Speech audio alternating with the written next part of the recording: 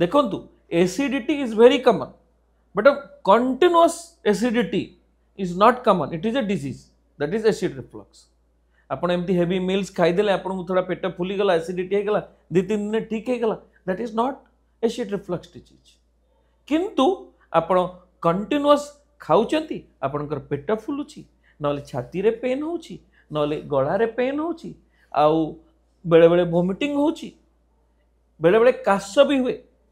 Because जो bile आउ acid से जदि रेस्पिरेटरी पैसेज एयरवे रे पळेबो ताले काश भी हो ताकू आटिपिकल सिम्पटम्स ऑफ जीआरडी कहा जाए। तेणु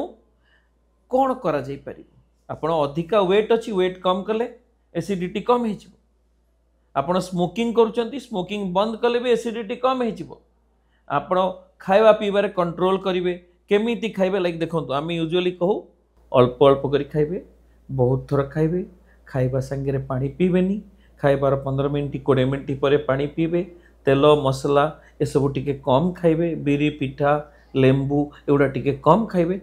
ए सब जिंस जोड़ा प्रैक्टिस कले गोटे लोक को एसिडिटी जार स्टार्ट होती कंट्रोल हो मेडिसिन खाइबा भी दरकार नहीं।